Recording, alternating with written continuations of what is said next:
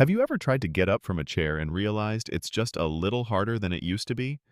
Or caught yourself reaching for something on a shelf and feeling your balance shift a bit too much? These little moments, small, everyday movements, are the quiet signs our bodies give us. They're not loud, not dramatic, but they matter. Because over time, they add up. And here's the thing, no one really says out loud. Staying independent after 70 isn't about luck. It's about intention. It's about choosing, every day, to keep your body moving in ways that matter.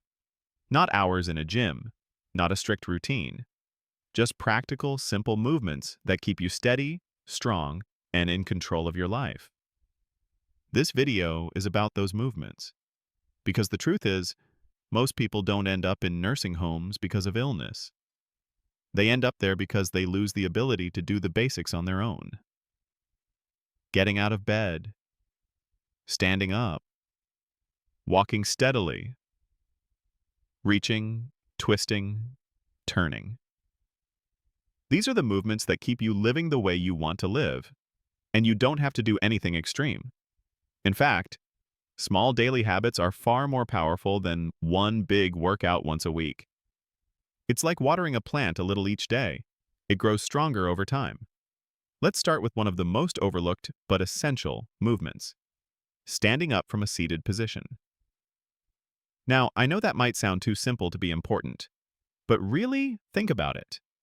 How often do you sit, on the couch, at the table, in the car, and how many times do you struggle just a little bit to stand back up? That motion alone uses your legs, your core, your back. And the more you practice it with purpose, the easier it becomes. Here's something you can try right now, wherever you're sitting. Scoot toward the edge of the chair, place your feet flat on the floor, lean forward slightly, and push up through your heels without using your hands. Then, slowly sit back down. Try it a few times. You'll feel it. That's strength. That's your independence in motion. And if you're thinking, I can't do that without help, that's okay. Start smaller. Use the arms of the chair for support at first. The goal isn't perfection, it's practice. Progress. Just doing it a few times each day can help retrain your body to respond the way it used to. Now, let's talk about reaching. Reaching up, down, sideways. These are movements most of us take for granted until one day we feel stiff or unstable doing them.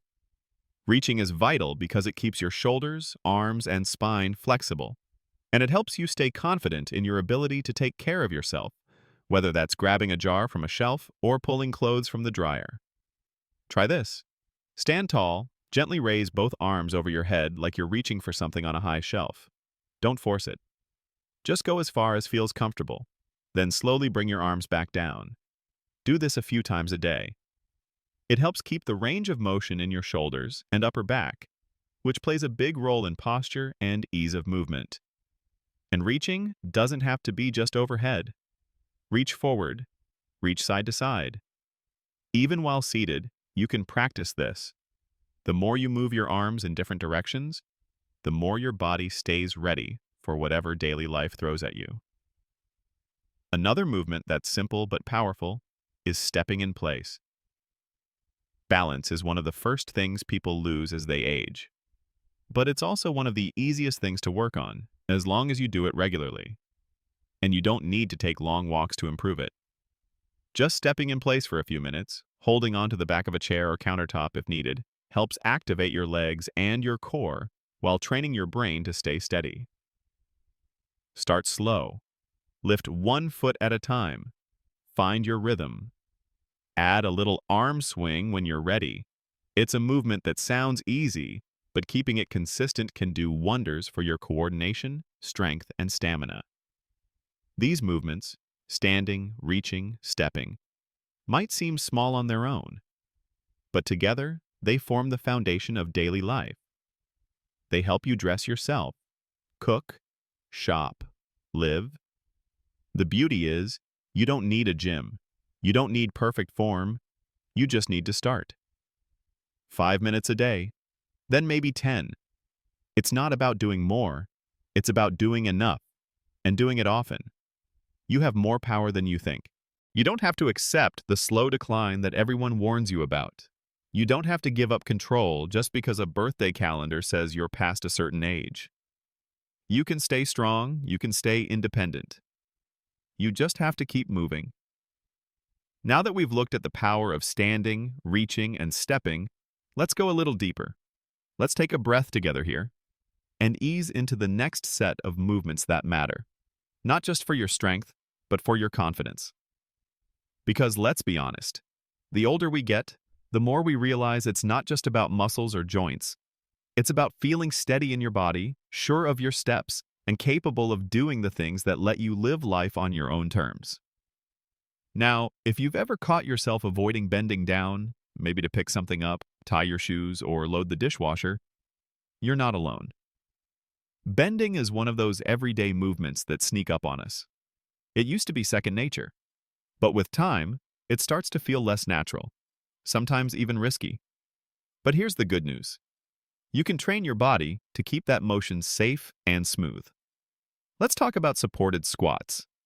Don't worry, this isn't gym class squats. I'm talking about a basic, gentle movement that helps you stay limber and strong in your legs and hips. Stand in front of your kitchen counter or the back of a sturdy chair.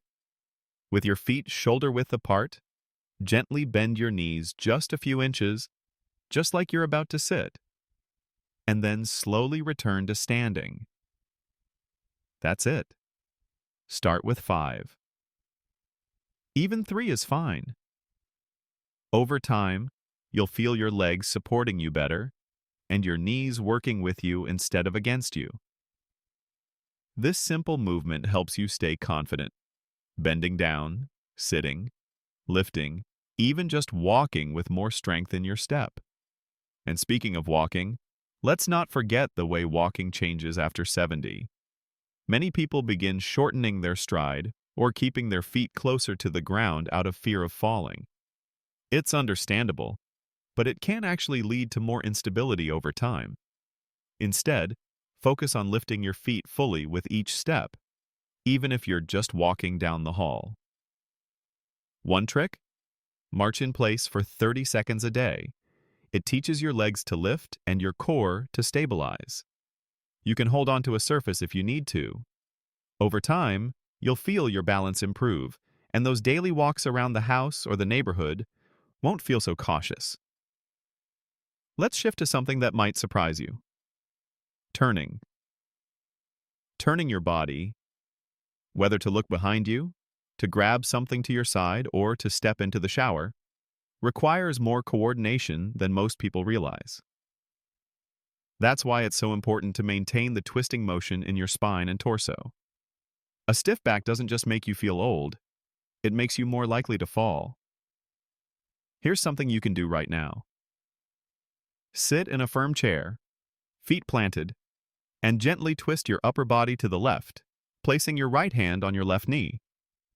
Hold for a moment. Breathe. Then do the same on the other side. You're not trying to stretch to your limit, just enough to remind your muscles how to move in that direction. This type of spinal rotation improves flexibility, and more importantly, helps your body stay comfortable doing everyday things like checking your blind spot in the car, reaching for something on a table, or even wiping the counter. Movements you use every day without thinking, until suddenly they become difficult. There's a man I know. His name's Don. He's 76. Don told me once, "I don't want to become a person who needs help putting on a jacket." It wasn't about pride. It was about dignity, about keeping his arms and shoulders mobile enough to dress himself, reach high shelves, and hug his grandkids without stiffness or pain. He does just a few of these movements every morning, twisting, reaching, standing, bending. Not because he's training for a marathon, but because he wants to keep ownership of his life. And that's what it really comes down to. Movement equals freedom. Whether it's turning in bed, walking to the mailbox, or getting up from the couch without needing help, these actions are your lifelines to living the way you choose. Let's not forget your hands and grip either. They're your tools for independence. If your hands are strong, you can open jars, use keys, carry groceries. But when grip weakens, everything feels harder. One simple way to work on this is to keep a soft ball or even a rolled up towel nearby. Squeeze it a few times while watching TV. That's it. Small, daily effort makes a big difference over time. And if you're dealing with arthritis or stiffness, warm water soaks or even just rolling your wrists in gentle circles can help loosen things up. Your hands don't need to be strong like they were at 30, but they do need to stay useful. Now, before we wrap this part, I want to pause and say something important. This isn't about being perfect. This isn't about proving anything to anyone else. This is about keeping what's yours, your space, your decisions, your rhythm of life. You don't need to wait until things get worse. You don't need to wait for a doctor to tell you it's time to move. You can start today, right where you are. Sitting, standing, walking, reaching, twisting. You don't need special equipment. You just need to show up for yourself a little each day. You're not too old. You're not too far gone. You're exactly where you need to be to start doing just a little more for you. Next, we'll explore how to pull all of this together into a daily rhythm that not only keeps you strong, but gives you the confidence to say, I've got this, no matter what age is on your calendar. Let's stay with that feeling. I've got this. Because that's the heart of everything we've talked about so far. Not just physical strength, but that quiet, unshakable confidence in yourself. The kind that doesn't need approval or applause. The kind that lets you wake up and move through your day knowing, deep down, you're still in control. And that control, it comes from routine. A rhythm, not a strict schedule, but small, steady choices that shape your day in powerful ways. Let's talk about how to build that. Picture your morning for a second. Before you even get out of bed, you have an opportunity to set the tone. One of the best movements you can do before your feet hit the floor is a gentle ankle roll. Just lying there, slowly moving your feet in circles. It gets the blood flowing, reminds your joints that you're in charge. Then, when you sit up, pause. Don't rush. Stretch your arms above your head, take a breath, and plant your feet flat on the ground. Let your body catch up with your mind. That moment alone can help you prevent dizzy spells or sudden stumbles. Simple, right? But incredibly effective. From there, the habit becomes movement. Not exercise, not a workout, just motion. You can walk to the kitchen and back. Step side to side while waiting for the kettle to boil. Do a few standing sit-to-stands before your morning news. Every little bit helps because your body remembers what you teach it, every day. And here's a secret. Habits don't have to be big to stick. In fact, the smaller they are, the more likely they are to last. Take balance, for instance. When brushing your teeth, stand on one foot for a few seconds. Hold the counter if you need to. Then switch. Over time, your ankles and core grow stronger, and you'll notice your steps feel more secure. That's independence, built one morning at a time. Another great moment? Cooking. Think about how often you're in the kitchen. Chopping, reaching, stirring. Use that time to add a little movement. Heel raises while waiting on the microwave. Shoulder circles while washing dishes. It doesn't interrupt your life, it fits into it. That's the beauty of movement at this stage. It doesn't need to be separate. It needs to be woven in. Even during phone calls, stand up, pace a little, shift your weight from foot to foot. We spend more time seated than we realize, and every time you break that pattern, you're telling your body, I still use you. I still need you. And the body listens. Let's not forget evenings. Winding down doesn't mean shutting off completely. A gentle stretch before bed helps you sleep better, reduces stiffness overnight, and prepares your muscles for the next day. Reach for the ceiling. Roll your shoulders. Stretch your calves against the wall or edge of the bed. It's not just for flexibility, it's a message to yourself. I'm caring for me. I'm still in this body. I'm showing up. There's something deeply dignified in that. Now, maybe you're thinking, what if I miss a day, or I forget, or I just don't feel like it sometimes? That's human. That's okay. This isn't about perfection. This is about direction. If you veer off course for a day or two, that's fine. Just come back.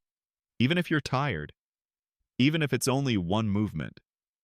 That return, that gentle turning back toward yourself, is where the power lives. And let me share something real. A few years ago, I met a woman named Frances. She was 84, sharp as a tack, living alone, and doing just fine. I asked her once what her secret was, not to long life, but to a good one. And she said something I'll never forget. I don't let the day decide for me. I decide how I show up. She moved every day, not because someone told her to, but because she didn't want to lose the joy of making her own tea, choosing her own clothes, walking to the corner store. And she knew deep down that the only way to keep doing those things was to never stop doing them. That's the message I hope is landing with you right now. It's not about avoiding a nursing home as much as it is about choosing to stay engaged with your body, your space, your life. The more you move, the more you reinforce that choice. The more you say, I'm still here. I'm still capable. I still matter. And you do. You really, truly do. As we begin to close this out, I want to encourage you to think about the why behind your movement, not just the what. Are you doing this so you can garden next spring? So you can walk through your favorite museum without needing a break every 10 minutes? So you can play on the floor with your great-grandkids and get back up on your own? Whatever your why is, write it down. Stick it on the fridge. Keep it near your bed. Let it remind you that this isn't just about physical health. It's about claiming the life you still have, fully and freely. Because you've earned that. And now, let's gather all of these ideas, these habits, these movements, and shape them into something even more powerful. Let's take a deep breath and let all of this sink in. The movements, the routines, the quiet commitment to yourself. It's not just something nice to do. It's a promise. One that says, I'm not giving up on myself. You see, after 70, no one hands you a roadmap for how to keep living with strength, independence, and dignity. People talk about medications, about checkups, about planning for the what-ifs. But not enough people talk about the everyday moments that make the biggest difference. The way you stand, the way you bend, the way you carry yourself through your home. And now you know, these daily movements aren't about exercise. They're about preserving the life you've built. They're about staying in your own home because your body still remembers how to move confidently inside it. They're about answering the door, making a cup of tea, or heading to your front porch without hesitation. That's not just physical ability. That's freedom. So what does this look like going forward? It looks like getting up each morning and deciding you'll move. Just a little. It looks like tying those movements to what you already do. One sit to stand while you wait for the coffee to brew. A set of ankle rolls before bed. Standing on one foot while brushing your teeth. These aren't random. These are powerful, practical choices. You might not feel stronger overnight. But one day, you'll notice that getting out of a chair is easier. Reaching up doesn't come with that wince. You walk with a little more purpose, a little less fear. That's how you know it's working. Not in grand transformations, but in simple ease. And if there are days when you forget, or you feel stiff and discouraged, please remember this. Progress after 70 isn't about going fast. It's about not stopping. Your body is still listening, still learning, still willing to show up for you if you show up for it. Let's revisit that central truth. People don't lose independence all at once. They lose it in inches, slowly, quietly. And if you can keep those inches, even reclaim a few, you give yourself more years of living on your own terms. Years that are yours to enjoy, not just endure. Maybe no one told you how to age well. Maybe no one told you that movement could be this simple, this accessible. Maybe you've spent years thinking your best physical years were behind you. They're not. You can choose differently now. You can move not because you're trying to turn back the clock, but because you respect the time you still have. And that mindset? That's rare. That's powerful. It doesn't matter if your neighbor does yoga 3 times a week. It doesn't matter if you have arthritis, if you've had surgery, if your knees aren't what they used to be. You still have a say, even on tough days. Especially on tough days. Your independence isn't something you hope to hold on to. It's something you train for. Gently, daily, on your terms. And here's something beautiful that happens when you start moving consistently again. You begin to trust yourself more. Your confidence returns. Your mood lifts. Your energy comes back in quiet, noticeable ways. That's not luck. That's the result of saying, I'm not done yet, because you're not. You still have things to do, stories to tell, hands to hold, meals to cook, people to surprise, places to go, and the freedom to do all of that lives in the way you treat your body today, not someday. So the next time you feel tempted to stay still, to stay safe, to stay in the chair longer than your body wants, remember what's really at stake. It's not about soreness or stiffness. It's about your voice, your choices, your ability to decide what the rest of your life looks like. That's worth fighting for. And I'm here to remind you, you don't have to fight alone. Thousands of people just like you are quietly making these choices right now. Across kitchens, bedrooms, back porches, rolling shoulders, standing up, reaching, stepping, stretching, smiling. It's a quiet revolution, and you're part of it. So today, tomorrow, and every day you can move. Not because you have to, but because you can. And if this video helped you feel even a little more empowered, I'd love to hear from you in the comments. What small habit will you start with today? What part of your routine are you ready to take back? And if you know someone who needs this reminder, maybe a friend, a sibling, a neighbor, please share it with them. Let them know they're not alone either. Don't forget to like this video and subscribe if you'd like more simple, uplifting ways to stay strong and independent as you age. This isn't the end. It's just the beginning of your next, most powerful chapter. Here's to standing taller, reaching further, and living life with the kind of strength that comes from the inside out. You've got this.